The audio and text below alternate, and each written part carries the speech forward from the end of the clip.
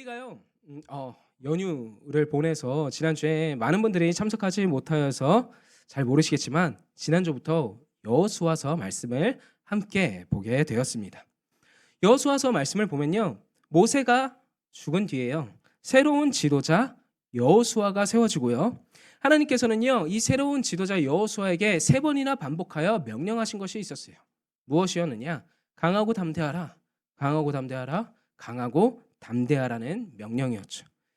이 명령은요, 어떤 우리가 마주할 긴장되는 상황이나 시험을 앞두고요, 마음의 평안을 얻기 위하여 강하고 담대하라, 강하고 담대하라, 입술에 외우는 주문이 아니었어요.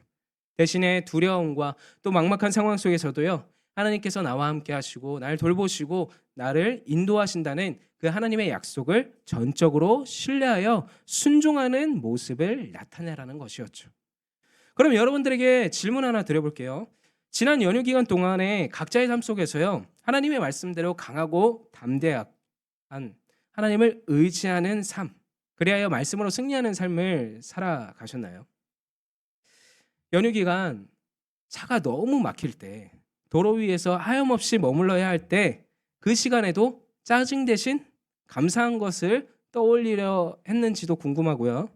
또 친척들과 함께하는 시간 속에서, 가족들과 함께하는 시간 속에서요. 그 가운데 내가 하나님을 드러내는 삶을 보이셨는지 궁금합니다. 일을 할 때나 또 친구들과 만날 때, 그 언제 어디서 어떤 상황 가운데 있더라도 하나님께서는 우리에게 강하고 담대히 말씀대로 살라고 명령하셨는데 여러분들의 지난 한 주간의 삶은 어떠셨나요? 제가 스스로 이 질문을 던져보았을 때는요. 저도 참 부끄러운 점이 많았어요. 지난주 화요일이죠. 제가 이 처갓집 식구들과 조카들과 다 같이 이 다산 신도시라는 곳에 아울렛이 있는데요. 그곳을 갔어요. 진짜 가는 길에 차가 정말 많이 막히더라고요. 심지어 주차장에 겨우 당도했는데요. 이 주차장에서 주차 자리를 찾는 것만 30분이 넘게 걸렸어요. 여러분, 이번 추석 연휴 기간 내내 비가 많이 왔잖아요. 이미 이 비가 많이 내리는 날씨로 기분이 좋지 않고 자리는 없지, 시간은 하염없이 흘러가지, 이 너무 짜증이 나기 시작하는 거예요. 그런데요, 감사한 것은요, 솔직히 짜증이 차오르는 그 순간에요, 순간적으로 내가 이러면 안 되지 하는 생각과 함께 주일에 여러분들과 함께 나누었던 말씀을 계속해서 떠올리면서요, 나와 함께 하시는 하나님을 찾았어요. 하나님, 열이 받는데 이거 주차 자리 하나만 얼른 찾아주시면 안 될까요? 짜증이 나는데 이 짜증이 내 스스로를 몰아놓지 않게 도와주세요. 가족들과 함께 오랜만에 보는 우리 장인어른 장모님, 이 처가 식구들과 함께 시간을 보낼 수 있는 것만으로도 감사한 것인데 이 마음을 잃지 않게 해주세요. 그렇게 해서 반복하여 기도하다 보니까 어느샌가 제 눈앞에 주차 자리가 떡 나오는 거예요. 당연히 짜증나는 마음이 누그러지고 하나님 감사합니다 하고 무사히 주차를 끝낼 수가 있어요. 정말 감사했거든요. 그런데요, 진짜 문제는요, 이렇게 한 번의 어려움은 이겨냈을지 몰라도요, 곧바로 또 다른 어려움이 찾아올 수 있다는 데 있었어요. 제가 주차를 끝냈습니다. 그리고 먼저 내려준 아내와 그리고 또 다른 가족들을 찾으려 하는데 너무너무 사람이 많고 너무너무 넓은 곳에서 어떻게 찾을 수 있겠어요? 당연히 전화를 걸었죠. 그런데 마치 이 처가 식구들이 날 집단 따돌림하듯이 그 누구도 제 전화를 아무도 안 받는 거예요. 장모님한테 해도 안 받고요. 장인어른한테 해도 안 받고요. 저희 아내도 6통을 해도 안 받는 거예요. 제가 너무 갑자기 또 화가 나는 거예요. 아니, 당연히 내가 주차를 하고 간다고 했으면 핸드폰을 손에 쥐고 있어야 되는 거 아닌가? 아니면 어디서 기다리고 있다고 카톡이라도 남겨야 되는 거 아닌가? 이런 생각, 나에 대한 진짜 나 빼놓고 놀고 있나? 이런 서운한 생각부터 해서 뭔가 부정적인 생각이 날 잠식하니까 정말 화가 다시 나더라고요. 알고 보니까 여러분, 사람들이 너무 많이 모여 있었잖아요. 그러니까 전파에 방해가 일어났다고 해요. 저는 그렇게 믿습니다. 그래서 전화 온 줄 몰랐다고 했어요. 네. 그랬다고 했어요. 그래서 제가 뭐 그런 상황은 모르잖아요. 그러니까 고려하지도 않은 채 그냥 짜증나는 상황에 제 스스로를 내몰았던 것이죠. 자연히 주차할 때만 해도 드렸던 그 감사의 고백이 사라져버리고 말았어요. 제가 여기서 말씀드리고 싶은 것은 무엇이냐? 우린 너무나 연약한 존재라는 거예요. 그래서 하나님의 명령대로 강하고 담대함으로 세상과 싸우고 싶고 또 세상과 싸우는 모습을 보이며 그렇게 내 본성과도 싸우는 모습을 보이기도 하지만 계속해서 순종의 자리로 나아가는 것, 하나님의 말씀대로 사는 것이 너무나 어렵다는 것입니다. 믿음은 있지만 마치 믿음과 삶의 영역이 철저히 분리된 것처럼 일상 속에서 믿음에 기반한 순종의 모습에 이르기까지 나아가는 것이 너무나 어려울 때가 많다는 것이죠. 그런데 오늘 본문 말씀을 보면요, 이 힘든 것을요, 하나님께서 여호수아와 이 택하신 이스라엘 백성들에게 지속적으로 요구하시는 말씀이 나와요. 한 번 순종하고 또 한 번 성공했다고 끝나는 것이 아니라 정말 삶의 여정 가운데에 매 순간마다 하나님이 말씀하신 대로 순종의 길을 걸으라 명령하시는 것이죠. 말씀을 한번 볼까요? 말씀을 보면요, 여호수아와 이스라엘 백성들이요, 드디어 지난주 나누었던 것처럼 하나님의 말씀대로 강하고 담대함으로 요단강을 건넙니다. 그리고 하나님이 약속하신 가나안 땅에 입성하게 되었어요. 그런데 가나안 땅이 가나안 땅 가운데에 이 여리고성을 가장 먼저 마주하게 되는데요. 이곳이 어디인지, 이 가나안 땅에서 어디에 위치해 있는지 이미지를 준비했는데 한번 띄워주시겠어요? 저 이미지를 보면 가운데에 주황색 원으로 표시된 곳이 보이시는가요? 보이시죠? 네, 저곳이 바로 여리고성이었어요. 이미지를 보아도 알 수 있듯이 여리고는요, 가나안 땅의 심장부에 위치한 이 전략적인 중요한 요충지였거든요. 그래서 보면은요, 당시의 가나안 지역은요, 저 땅 전체를 한 왕이 다스리는 것이 아니라 각 가나안 땅에 도시가 있었고요. 그 도시마다 자체 왕들을 가진 도시 국가의 형태를 띠고 있다고 보면 좋을 것 같아요. 쉽게 생각하면 왕이 없는 봉건 제도를 떠올려 보면 이해하기가 더 쉬울 것 같은데요. 그래서 조금 전에 본 듯이 가나안 땅의 허리에 위치하고 있는 이 여리고성은요, 가나안 땅의 다른 지역, 다른 도시의 지역의 왕들의 입장에서는요, 절대 이스라엘에게 넘어가선 안 되는 중요한 곳이었어요. 그 말은요, 곧 이스라엘의 입장으로는요, 반드시 정복해야만 하는 중요한 곳이라고 설명을 할 수 있죠. 가나안 족속들이요, 만약에 이스라엘이 가나안을 들어왔을 때에 남과 북이 연합하여 이 이스라엘을 공격할 수 있잖아요. 그런데 여리고성을 점령한다면 그 남북 연합을 일찍이 차단할 수 있었고요. 반대로 이스라엘은요, 이 가나안 지역의 중심을 기점으로 정복 활동을 이어나갈 수 있기 때문에 반드시 이 여리고성을 차지해야만 했다고요. 그런데 문제가 하나 있습니다. 무엇이냐면 이 여리고 성읍이요, 통상적인 군사작전으로는 거의 공략이 불가능한 천혜적인 요새였다는 것인데요. 가파른 경지에 성읍이 위치해 있었고요. 성벽은요, 이중으로 두껍게 둘러싸여 있었어요. 또 성읍에는요, 비옥한 땅이어서 그런지 물과 양식도 풍부하여 가지고요, 정말 간인한 군대가 쳐들어와도요, 몇 달 동안 성 안에서 거뜬히 견뎌낼 수 있기 때문에 오히려 침략군이 식량이 다 떨어지고 너무나 지쳐 견디지 못하고 먼저 후퇴하는 그런 굳건한 시스템을 가지고 있었다고요. 여러분, 혹시 중세시대에 전쟁 영화를 좋아하는 분들 계신가요? 영화를 보면요, 적군의 성읍을 점령하기 위해 공성전이 펼쳐질 때요, 공격하는 쪽이 정말 압도적인 공격력과 숫자와 그리고 무기로 공격하지 않는 이상은요, 항상 성에서 수비하는 쪽이 유리해요. 조금 전에 말씀드렸던 것처럼 여리고성은요, 천혜의 요새였습니다. 수비하기에 너무나 좋은 조건들을 다 갖추고 있었어요. 그런데 이스라엘은요, 압도적인 군사력은커녕 40년 동안 광야에서 방황하던 민족들이었어요. 거기에 더해 신체적으로는요, 가나안 땅에 있는 민족들보다 너무나 열세였기에 그래서 주님께서 일찍이 명령하신 12 정탐꾼 중에서 무려 10명이나 되는 사람들이 가나안 땅을 정탐하고 나서는 스스로를 이렇게 표현하잖아요. 아, 저 가나안 땅의 민족들을 보니까 우리는 메뚜기와 같이 작디 작은 존재다.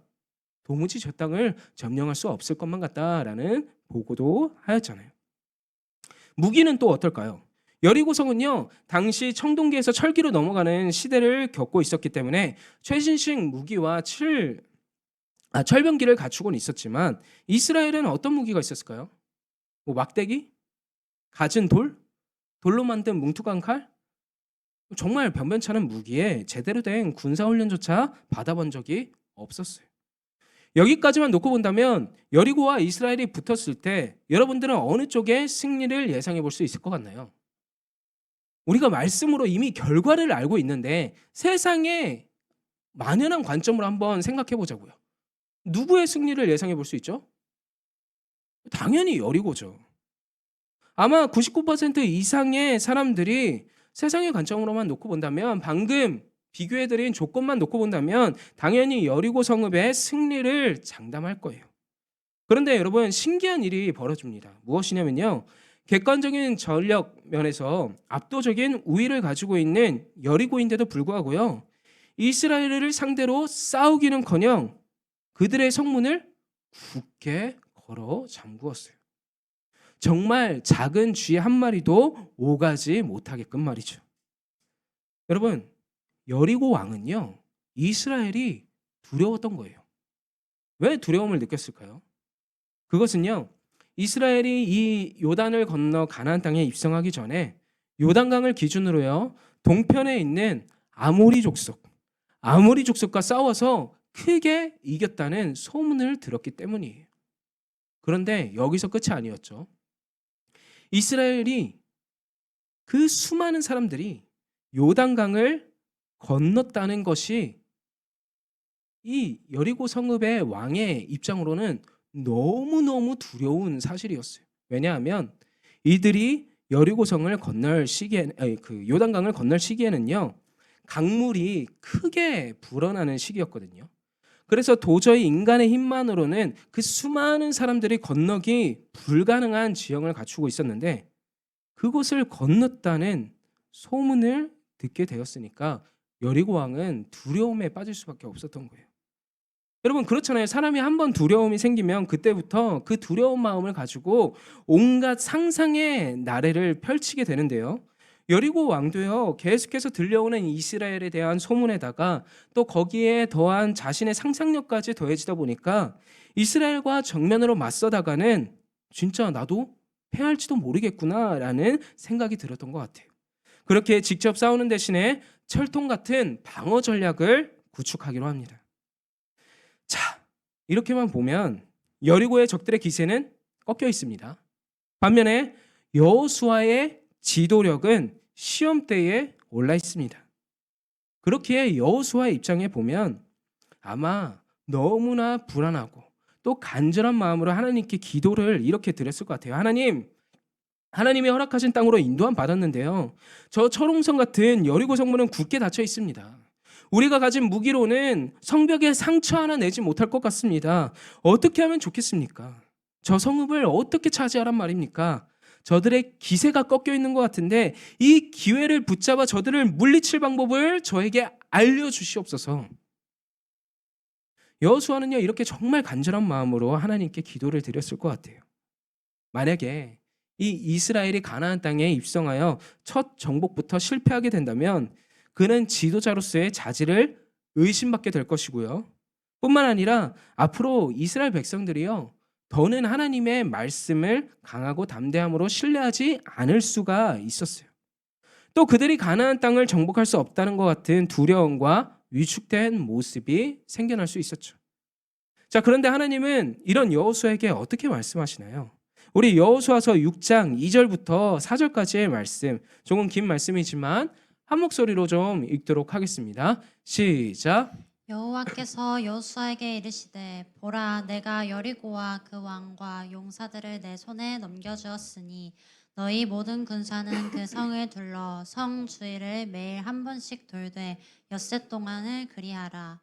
제사장 7은 7 양각 나팔을 잡고 언약궤 앞에서 나아갈 것이요 7째 날에는 그 성을 7번 돌며 그 제사장들은 나팔을 불 것이며. 아멘. 하나님께서는요 여호수아에게 다시 한번 약속하셨어요. 먼저는요 내가 여리고를 너의 손에 넘겨주겠다. 그런데 이 약속을 다시 한번 확인시켜 주시면서 뒤이어 하시는 말씀을 보면요 정말 이해하기가 힘든 명령이 내려져요. 앞에 화면을 보시면요 제가 그 명령을 말씀에 따라서 정리해 놓았는데요. 첫 번째가 언약궤를 들고요 나팔 부는 제사장들의 뒤를 따라서요 매일 한 바퀴씩 쉿, 절대 목소리나 말을 하지 말고 침묵한 채 여리고 성읍을 돌라는 것이었습니다. 두 번째로요. 그렇게 쭉쭉 돌다가 7째 날이 되면은 어떻게 하라고요? 그땐 7바퀴를 돌아야 하고요. 그 마지막 7바퀴를 돌고 난 뒤에는요. 나팔 소리와 함께 크게 소리를 지르라는 것이었습니다. 하나님이 지금 여호수아에게 말씀하시는 것은요. 기세가 꺾여버린 여리고 사람들의 심리를 이용하라 또는 성벽의 약점을 공략하라 그런 일반적인 군사작전이 아니었습니다. 기가 막힌 전략을 떠오르게 할 지혜 역시 주시지 않았죠. 대신에 아무리 생각해봐도 너무나 비효율적이고 비상식적이며 심지어 이스라엘의 입장에서 커다란 위기를 자초할 수도 있는 도무지 이해하기 힘든 명령을 내리셨어요. 여러분 우리가 너무나 잘 아는 본문 말씀이기 때문에 이 말씀에 대해 받아들이는 것에 대한 별다른 거부감이 없을 수 있지만 당시 여호수아와 이 이스라엘 백성들의 입장이 되어 다시 한번 생각해 볼까요? 만약 내가 이스라엘 백성이라고 한다면 여호수아를 통해 주어진 하나님의 명령에 아멘 제가 따르겠습니다 하고 바로 순종하실 수 있을 것 같아요? 저는 솔직히 아니에요. 여호수아의 말에 너무 화가 날 것 같아요. 여호수아가 여리고 성벽의 위험 앞에 한껏 위축되어 헛소리하는 것처럼 여겨졌을 것 같아요. 그의 리더로서의 자질을 의심했을 것 같아요. 그런데 이 명령을 받게 된 여호수아와 이스라엘 백성들은요 어떻게 반응하죠? 순종으로 반응합니다. 이스라엘 군사들은요 언약궤와 제사장을 앞세우고 여리고성을 돌았고요 같은 행동을 반복하였어요. 생각해보면요 이런 행동을 보았을 이 여리고성 사람들이 참 어떤 생각을 했을지가 궁금해요. 처음에는 무서워했을 것 같아요. 그렇잖아요 여러분. 만약 누군가랑 싸웠을 때요 정석으로 날 상대하는 사람을 상대하는 것은 무섭지 않지만 갑자기 예상치 못한 웃음소리와 함께 헬렐레 하고 하고 무섭게 다가오면 지레 겁나서 도망가게 되잖아요. 아무 말 없이 그저 침묵을 유지한 채 어떤 무기도 들지 않고요. 어떤 위협을 가하지도 않고요. 언약궤를 필두로 그저 자신들의 성읍을 한 바퀴 돌고 있는 이스라엘 백성들을 보고 있노라면 와 저것들 뭐지? 도대체 무슨 꿍꿍이지? 정말 환장하겠네. 무슨 듣도 못한 작전을 펼치고 있는지 와 그런 두려운 마음에 아무런 행동도 조치도 취하지 못했을 것 같아요. 그런데요. 이들이 같은 행동을 이틀, 사흘, 나흘 계속해서 반복했다고 해보세요. 그 두려움은 이내 비웃음으로 바뀌기에 충분했을 거예요. 저것들 이제 보니까 아무 작전도 없었네. 그냥 빙빙 돌기만 하네. 그런다가 우리가 성문을 열 것 같아? 아니 바보 같은 것들아. 객기 부리지 말고 계속해서 그렇게 빙빙 돌다가 그냥 돌아가라. 그런데 생각을 해보면요. 그래서 이스라엘의 입장에서는요. 정말 목숨을 걸고 하나님 말씀에 순종하였던 거예요. 어느 날 갑자기 이스라엘 백성들을 비웃던 여리고 사람들이요. 성문을 열고 이스라엘을 습격한다고 생각해 보세요. 진짜 그들은 힘 한 번 못 쓰고 다 죽을 수도 있었어요. 하지만 그럼에도 어떻게 했다고요? 여호수아와 이스라엘 백성들은요. 하나님이 명령하신 대로 순종하였다고요. 이런 면에서 보면 가나안 땅에 입성한 출애굽 2세대는요. 분명 출애굽 1세대와 분명한 차이를 보이고 있어요. 하나님의 은혜에 감사하기보단 늘 불평과 불만으로 살아가다가 결국 가나안 땅에 입성하지 못하였던 출애굽 1세대와 달리요. 출애굽 2세대는요. 하나님의 이적을 보고 강인한 믿음으로 나아갔어요. 더 나아가 요단 동편 아모리 족속과 싸울 때에 이미 하나님이 우리와 함께 하신다.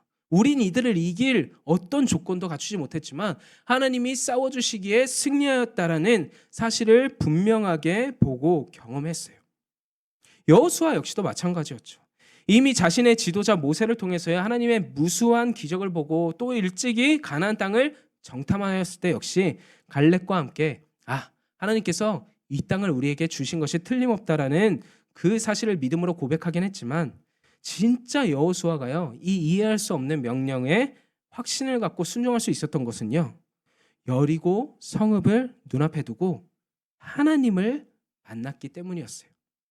우리 그 내용이 담긴 여호수아 5장 13절과 14절 말씀을 한 목소리로 읽어보도록 하겠습니다. 시작. 여호수아가 여리고에 가까이 이르렀을 때에 눈을 들어 본즉 한 사람이 칼을 빼어 손에 들고 마주 서 있는지라. 여호수아가 나아가서 그에게 묻되 너는 우리를 위하느냐 우리의 적들을 위하느냐 하니 그가 이르되 아니라 나는 여호와의 군대 대장으로 지금 왔느니라 하는지라. 여호수아가 얼굴을 땅에 대고 엎드려 절하고. 아멘.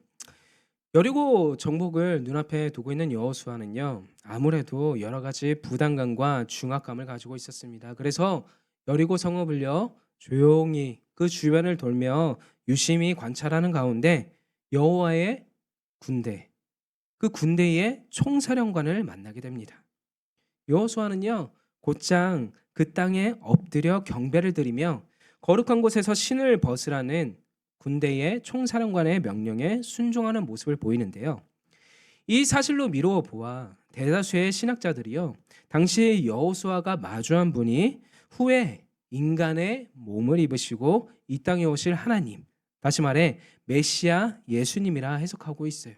저도 이 의견에 100% 동의하는 바인데요. 자, 그런데 여호수아가 만난 총사령관이요 팔짱을 끼고 그저 성읍을 바라본 채 그냥 여호수아에게 명령을 내리신 것이 아니라 어떤 모습으로 계셨다고 나와 있나요?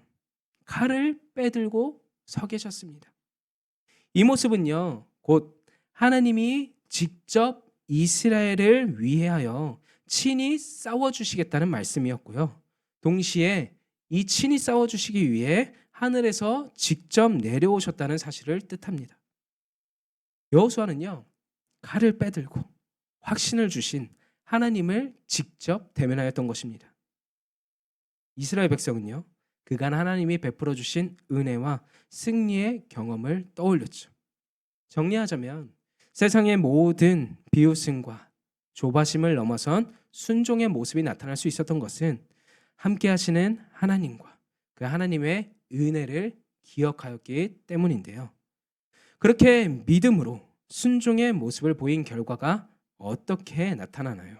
우리 오늘 본문 말씀을 다시 한번 읽어보길 원하는데요. 여호수아 6장 20절 말씀 함께 있습니다. 시작. 이에 백성은 외치고 제사장들은 나팔을 불매 백성이 나팔 소리를 들을 때에 크게 소리질러 외치니 성벽이 무너져 내린지라. 아멘. 우리가 이미 잘 아는 대로요. 절대 무너지지 않을 것 같은 철옹 성벽이 단숨에 무너져 내리고 이스라엘 백성들은요. 그렇게 가나안 땅에서 첫 승리를 경험하게 됩니다. 여러분들에게 다시 한번 질문을 던지고 싶어요. 속으로 한번 답해 주시겠어요? 만약 내가 여호수아라면, 내가 이스라엘 백성이라면 세상의 방법론적으로는 도무지 이해할 수 없는 하나님의 명령이 주어진다고 했을 때 순종하실 수 있겠나요?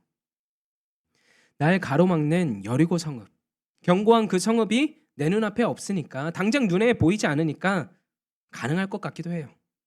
그런데 서두에서 제가 잠시 나누었던 것처럼 사실 우린 날마다 여리고성을 마주하며 살아가고 있어요. 우리가 싸워 정복해야 할 그 성읍을 말이죠. 죄와 탐욕, 내 스스로가 왕이 되라는, 내 스스로가 내 삶의 주인이 되라는 유혹을 무기로 내 앞에 서 있는 여리고 성벽은요, 날마다 그 높이와 두께를 견고히 하고 있죠. 이기고 싶어요. 성벽을 내 힘으로 무너뜨려 보고 싶어요. 그래서 좋은 사람이 되어보려 하고요. 세상에 인정받는 선한 존재가 돼보고 싶기도 해요. 그래서 관련된 인문학 서적을 많이 읽어보고요. 열심히 노력도 해보지만 안 돼요. 작심삼일이란 말처럼 내가 소위 긁히는 부분을 누군가 건드리기로 한다면 금방 뿔이 나기도 하고요. 도망가는 모습, 위축된 모습, 싸우지 않고 회피하는 모습을 보이기 일쑤예요. 그리고 보면요. 세상의 목소리는요. 되려 우리에게 이렇게 질문을 던져요. 너 여리고 성벽을 꼭 무너뜨려야 돼? 공존하면 되잖아. 어울려 살면 되잖아. 그럴듯한 목소리죠. 가만 들어보면 설득이 될 것만 같아요. 그런데 하나님이 말씀하신 것은 무엇이었나요? 그들과 함께 공존하고 살라는 것이 아니라 죄악된 그 성과 그 성읍의 모든 것을 불사르고 거룩의 길을 살아내라는 것이었어요. 그렇게 여리고 성을 분명히 쓰러뜨려야만 하는데 도무지 내 힘과 능력으로는 해낼 수 없어요. 너무너무 강하고 굳건하기 때문이죠.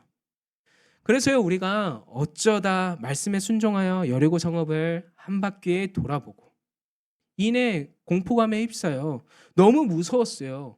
한 바퀴만 돌면 안 되나요? 잠시 멈춰보고 그래도 또 힘겹게 발걸음을 이어가 또 한 바퀴 돌아보고 나서는 진짜 이쯤 하면 된 것 아닌가요? 좀 이쯤에서 응답해 주세요. 승리를 경험하게 해주세요라고 또 멈추어 보고 그러다 하나님께서 일어나 나아가라는 말씀에 순종하여 또 한 바퀴 돌아보고는 세 바퀴면 됐잖아요. 이쯤 됐잖아요. 이제 정말 응답해 주실 때도 됐잖아요. 저들이 얼마나 저를 보고 비웃는지 아세요? 라며 멈추려는 모습이 나타나죠. 하지만 여러분 하나님께서 원하시는 것은요. 하루의 순종, 이틀의 순종, 사흘, 나흘의 순종이 아니었습니다. 부분적인 순종이 아니었어요. 한 바퀴만 돌아도 되고 두 바퀴만 돌아도 되는 그런 모습이 아니었다고요. 믿음만 가지고 정작 삶에서는 순종의 모습이 나타나지 않는 것 또한 원하지 않으셨어요. 우리가 살면서 승리할 수 있는 유일한 비결은요. 하나님을 신뢰하는 믿음을 가지고요. 말씀에 온전히 순종하는 것이었습니다. 한 걸음 뒤에 한 걸음의 순종이 있고 또 그 순종의 걸음 뒤에 또 다른 순종의 걸음이 이어져야 할지라도 그렇게 하나님의 말씀대로 걷고 또 걷고 멈춤 없이 나아가는 것이 바로 하나님께서 우리에게 요구하시는 것이죠. 그럼 여러분 우리는 어렵지만 그럼에도 가야 하는 이 순종의 길을 어떻게 나아갈 수 있을까요? 어떻게 조바심을 내지 않고 또 주저하지 않은 채 나아갈 수 있을까요? 저는 그래서요. 이 여리고 성읍을 말씀대로 다 돌기 위해서 날마다 믿음의 훈련이 우리 삶 가운데 나타나야 한다고 믿습니다. 그런데 이 믿음의 훈련에는요. 그 과정을 밟기 전에 가장 먼저 필요한 것이 있어요. 무엇이냐? 바로 날마다 칼을 빼들고 나와 싸워주시는 하나님이 계시다는 사실을 기억하는 것이에요.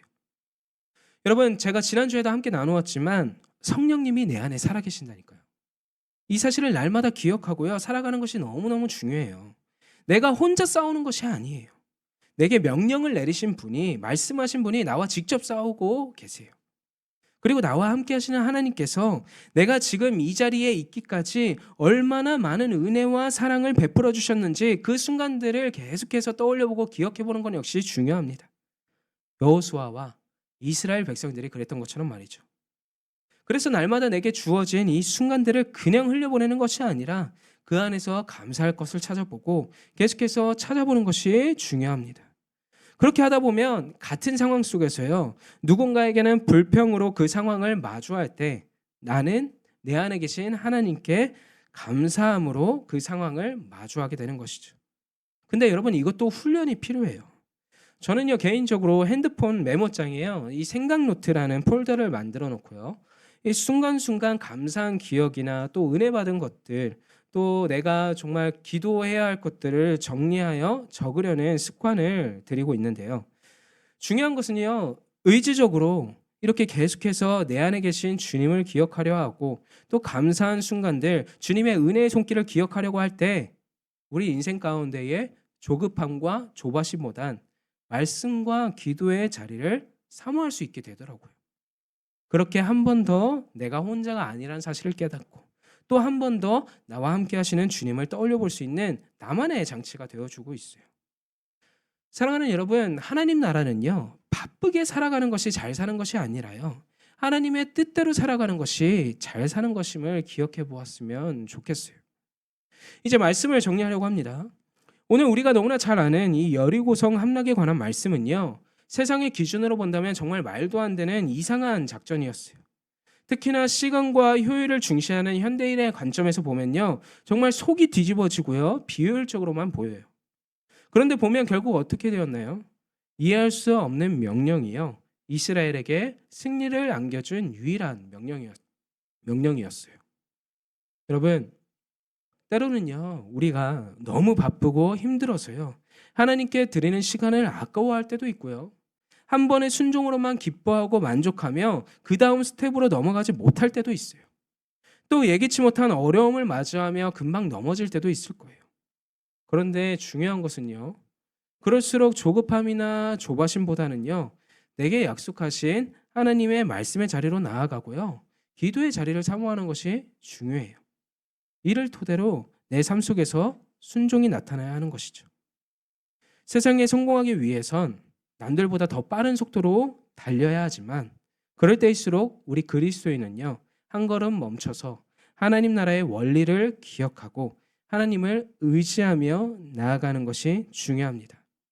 그래서 우리 돌아오는 한 주간의 삶 가운데에도요, 하나님께서 여호수아와 이스라엘 백성들에게 약속하셨던 것처럼 날 떠나지도 버리지도 아니하시며 늘 함께 하시고 칼을 들고 싸워주신다는 사실을 기억하며 세상 속에서 하나님의 순종의, 하나님께서 명령하신 순종의 자리를 계속해서 멈춤 없이 달려나가는 귀한 믿음의 지체들이 되길 간절히 소망합니다. 오늘 주신 말씀을 기억하면서 우리 같이 찬양을 드리길 원하는데요, 이 순종의 길은 주님이 말씀하실 때 나아가는 것도 중요하지만, 때로는 내 욕심과 내 자아와 내 본성을 버리고 주님이 멈추라 하신 길에 멈추는 것도 해당됩니다. 우리 함께 드려질 찬양의 고백을 통하여 순종의 길이 무엇인지 기억하고, 아멘, 내가 주님께 순종하는 삶을 멈추지 않고 살아가겠노라는 다짐이 일어나길 소원하는데요, 주님 말씀하시면 함께 찬양하겠습니다.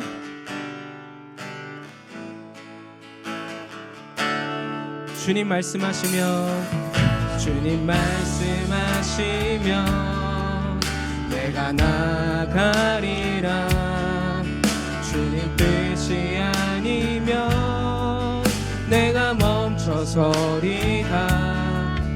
나의 가고 서는 것 주님 뜻에 있으니, 오 주님 나를 이끄소서. 주님 말씀하시면, 주님 말씀하시면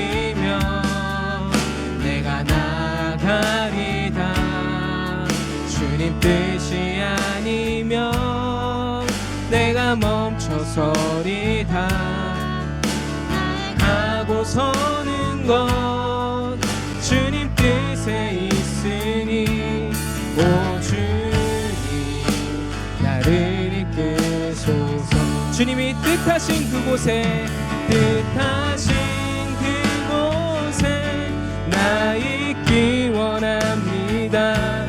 이끄시는 대로 순종하며 살리니, 연약한 내 영혼 통하여 일하소서. 주님 나라와 그 뜻을 위해 뜻하신 그곳에 나 있기 원합니다.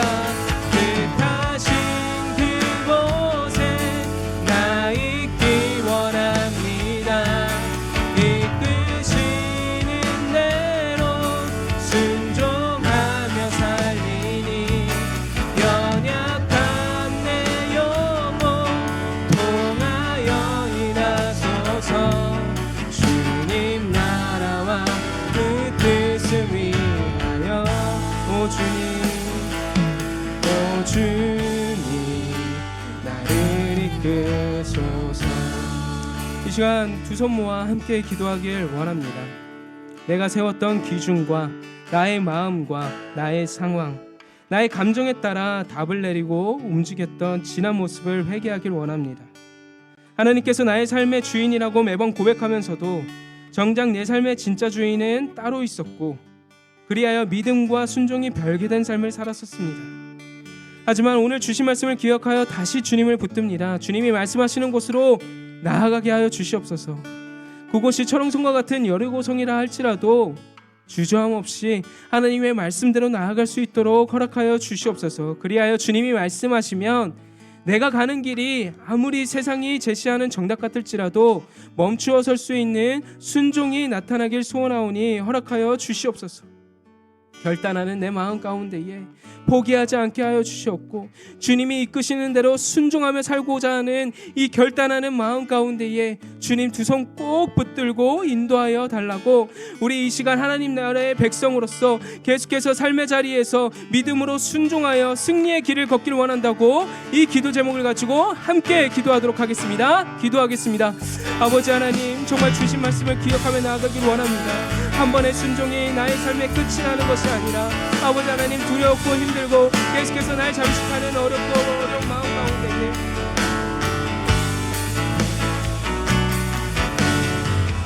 아버지가 주신 마음을 포기하지 아니하게 하여 주시옵소서.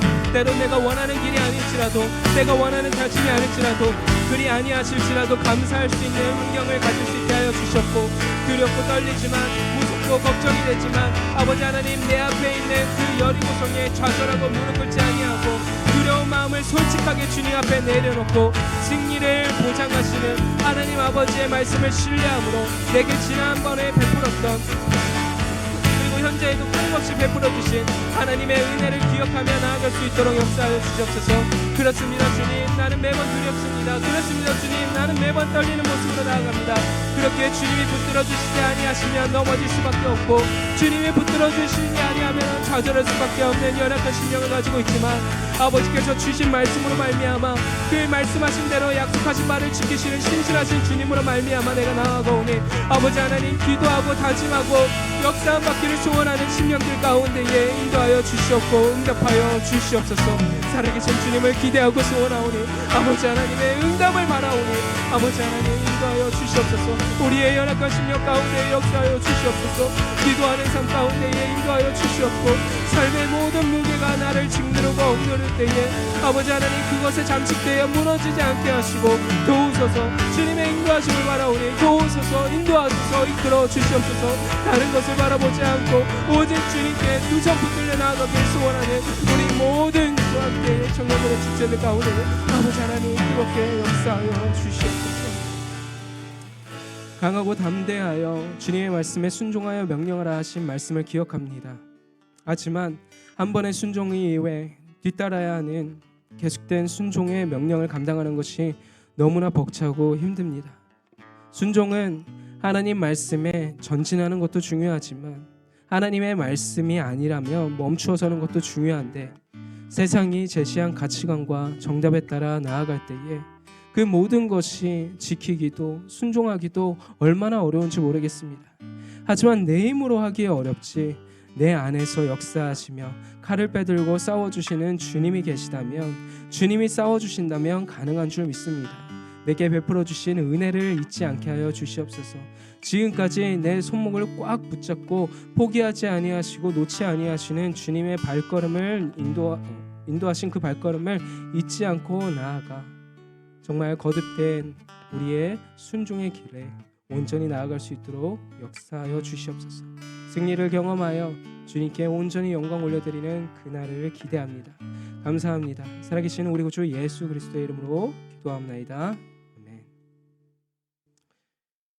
이제는 우리 주 예수 그리스도의 은혜와 하나님의 신실하신 사랑과 성령님의 감화감동 교통하심의 역사가 주님이 말씀하시는 그 길을 따라 순종하여 승리하는 삶을 살기로 작정하는 우리 모든 주와 함께 청년들 가운데에 지금부터 영원토록 함께 있을지어다. 아멘.